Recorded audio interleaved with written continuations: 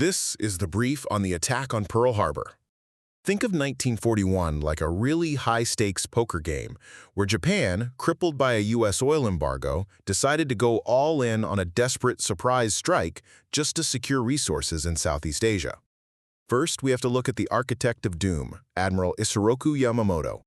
Even though he knew he couldn't beat American industry in a long war, he planned this crazy Hail Mary gamble. It involved total radio silence and modifying torpedoes for shallow water, something the U.S. literally thought was impossible. Yamamoto just hoped to knock us out for 6 months to negotiate peace. Second, the tragic part is the missed warnings.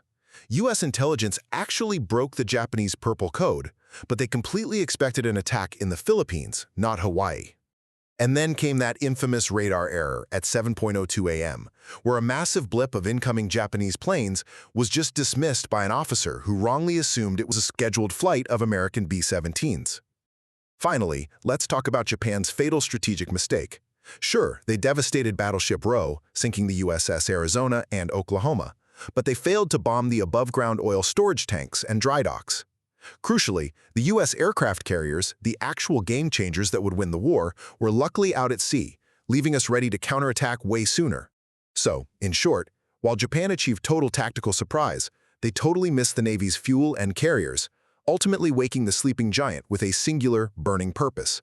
It's a perpetual reminder for all of us that the unthinkable remains unthinkable right up until the exact moment it actually happens.